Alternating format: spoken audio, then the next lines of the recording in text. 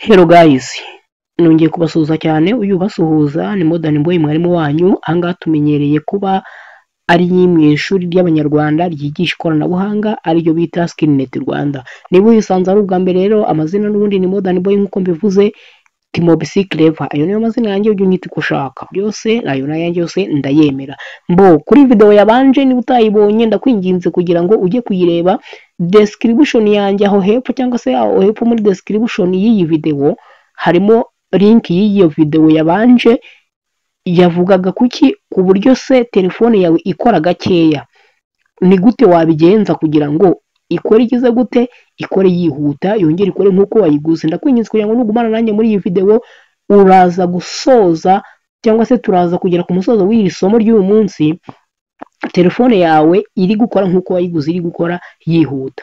Reka nkwigishe rero aka kantu k'ubwenge. Noneho na application yindi turi bukoreshe usibye kujya muri setting ya telefone yawe, ubundi tukagira gute, tukagira ibyo dutunganya. Icya mbere ngiye kukwereka rero, twagiye urabona, reba muri za application uri kureba imbere yawe kuri screen yawe. Reba ino bita hejuru gatoya y'iyi TikTok hari setting, twayikanzeho. Setting muri telefone yawe urayizi. Ikintu cya mbere uzakora rero kugira ngo umenye telefone yawe kiri gutuma igenda gakeya, muri video ya mbere narabisobanuye ko igituma telefone igenda gakeya ishobora kuba ifite virusi zayatatse cyangwa se izagiyemo, ishobora kuba hari application ziri gukora muri background utabireba nyine zikaza ziri gutwara umwanya nyine zituma, kuko ifite ubushobozi bwa application zigomba kuba ziri gukora, wabona zifunguye ari nyinshi ukabona telefone yawe kugenda gakeya, cyangwa se ikaba yuzuye y'ubwayo warashyizemo ibintu byinshi. Rero ikintu kimwe uzahita ukora, niba ari ikibazo cy'uko yuzuye, uzahita uza tujye hehe, hano muri storage. Ahangaha storage ugire gute, uyifungure. Numara kuyifungura bazahita bakwereka umwanya umaze gukoresha, bakubwire ngo ushobora kuba umaze gukoresha umwanya ungana gutya. Nk'ubu ngubu iyi phone yanjye ifite gigabyte storage ya 32, ariko iyi phone nyine ndi kubigishirizaho niyo ndi kubabwira. Ukaza gusanga wenda hano bahita bakwereka nyine application, dore gigabyte 14 nizo zitwa. Urabona umwanya wanjye watwaye na application, video mfitemo zifite gigabyte 4, ama audio mfite afite 2.2, amafoto afite gigabyte 2, noneho ama document nayo afite gigabyte 1.3, ndetse n'ibindi bintu. System noneho ni za application za telefone cyangwa se ibindi bintu bya telefone byose wayiguranye nayo utajya uhindura n'ibyo ngibyo. Iyi ngiyi trash rero ni bya bintu wasibye ariko biba byagiye muri trash bitarisiba, kuko hari igihe basetinzemo ko mu minsi 30 bizisiba. Aha niho ubisanga. Urabona njye muri trash yanjye nta kintu kirimo, ariko urabona ko telefone yanjye yenda kugira gute, yenda kuzura gigabyte 32 hasigaye gigabyte 2 zonyine. Urumva ni akanya gato cyane. Ibi nabyo bishobora gutuma telefone yanjye igira gute, igenda gake. Nabahaye urugero ahantu uzahita uza ugakora. Urabona hano handitse ngo free app space, uzahita uhakanda. Numara kuhakanda haza akantu ka clean loading, bahita baza bakwereke ibintu byose. Urabona gigabyte 29.97 muri 32 zarakoreshejwe muri internal storage ubwo na telefone. Iyo niyo hepfo ya kabiri, iyi ni memory card nari nkanzeho nari mfunguye. Si ngombwa yo ngo nyikandeho, ahubwo tuhita tuza turebe ngo ese hano baranyereka ibiki. Urabona bahise tuzamutse hano bahise banyika ngo junk files. Izi junk files ni za files z'imyanda zitameze neza. Telefone yanjye igire gute, ihita izinyereka. Hari izindi ziza noneho bizabindi nakubwiye ngo iyo bita duplicate. Urabona hano hari ibintu byagiye muri phone yanjye. Ibi byose uri kubona hano, ibi biri kugenda bimuvinga bitambika, ni duplicate. Ni bya bintu byajeho inshuro izingahe, 2.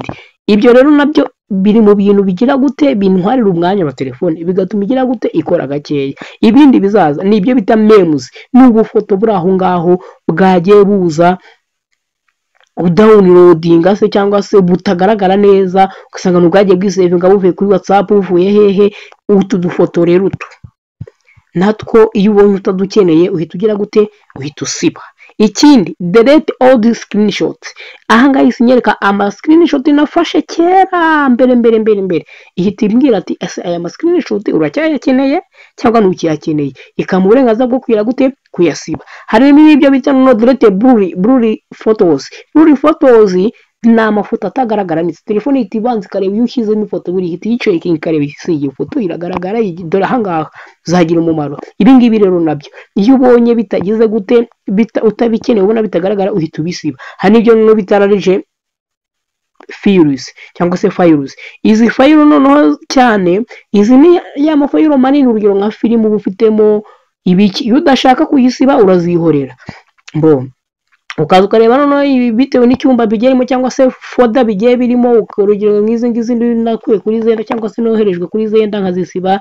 Izi ngizi nakuye kuri Vidmate na downloadinze Vidmate, ubundi buri hantu hose cyangwa se bagahita baguha indi option yindi narashaka kubwira iyi ngiyi uri kureba imbere yawe yo gufata files zawe ufite CD card cyangwa se memory card isanzwe iyi ngiyi tugura, ukahita ugira gute ubimuvingaho, iyo bita ngo move files to CD card SD card, bivuze ngo rero ugira gute ubyorezaho. None ngo delete download the files, nazo ugahita ugira gute ukashihitamo kugira gute kuziziba. Urumva yo niyo mahitamo bagira gute baguhereza. Ahangaha nta yindi application dukoresheje, twahisemo iki? Twahisemo kujya muri setting ya telefone yawe. Ikintu cya mbere uzahita ukora rero nta kindi, uzahita ugira gute, uzahita uhitamo ibyo udashaka ugenda ukora kuri clean, ibyo udashaka ukora kuri clean, ibyo udashaka ukora kuri select, uselectinga files byose kugira ngo bigira gute bishiremo. Ubundi telefone yawe ndakwinginze kugira ngo nirangiza gukora, ndagusabye kugira ngo uzajya kubona ubone ibintu byawe bigize gute birihuta, telefone yongeye kugaruka ku murongo. Niba hari ikindi kibazo cyabiteye kandi ari amavirusi, andika video uvuge ngo nye telefone yanjye igenda gakeya, ariko nanjye ngo video sorry nari mvuze ngo andika video, andika comment ndayirasha imbogo nyine munyihanganire. Andika comment uvuge ngo telefone yanjye nubwo igenda gakeya, mu bibazo wavuze cyangwa se mu byo watweretse nta na kimwe kirimo.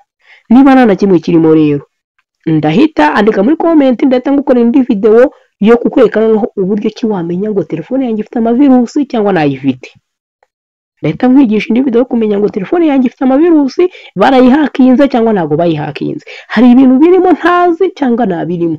Ndakwigisha n'uburyo ki ushobora gukontrola ama application yawe yikoresha, agahita agera gute ukayafunga ukajya ukoresha iyo ushaka gukora ikaba ari yikora, n'umuriro wawe bikawusevinga. Kuko application ziri gukora muri background ujya kubona ukabona umuriro wawe ushizeho kandi utawukoresheje, kuko hari ukuntu ushaka kuraza telefone wavuze ngo yaje yuzuye, wabyuka mu gitondo ugasanga umuriro wagabanutse kubera iki? Hari application ziba ziri gukora n'ubwo utari kuzikoresha. Bivuze ngo rero niba ubona mu bibazo maze kukwereka ko iyi video yari ya kabiri ukaba usanze mu byo wakekaga ko biri gutera telefone ya kugenda gakeya nta na kimwe kirimo, andika muri comment uvuge ngo ngewe ndi kubona byanze. Ariko niba usanga ari byo, wongere wandike indi video wumva nagukorera, wongere wumva ikindi kintu wumva nakwigisha ucyandike muri comment.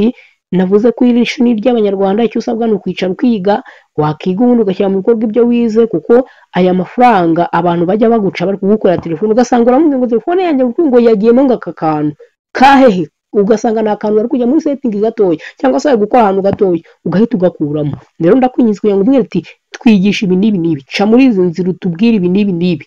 Ndi kubona iri shuri rizagira gute rizatugira. Niba ubona ishuri rizakugirira akamaro, andika muri comment ati iri shuri rizagira akamaro, nurangiza urirangire n'abandi, kuko iri shuri rije rikenewe umunyarwanda wese amenye ikoranabuhanga. Kuko mufite smartphone muri benshi, ndabizi mumaze kugira smartphone. U Rwanda ruri gutera imbere mu ikoranabuhanga, kuko waba uri umwarimu, waba uri umuganga, waba uri umushoferi, umuntu uri we wese, waba uri umunyeshuri, uzakenera ikoranabuhanga. Ubyango byemere muri uru Rwanda uzakenera ikoranabuhanga, kandi uko urikenera niko ukenera n'ubumenyi kuri ryo.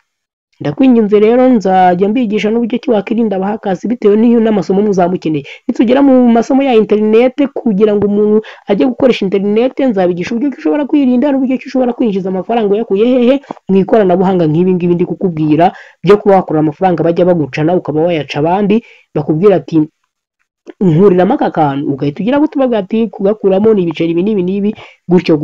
Ndabakunda cyane rero, reka duhure mu yindi video y'ubutaha, ubundi mushyira muri comment mukora like kugira ngo nyine iyi video iri shuri ryacu ryaguke cyane.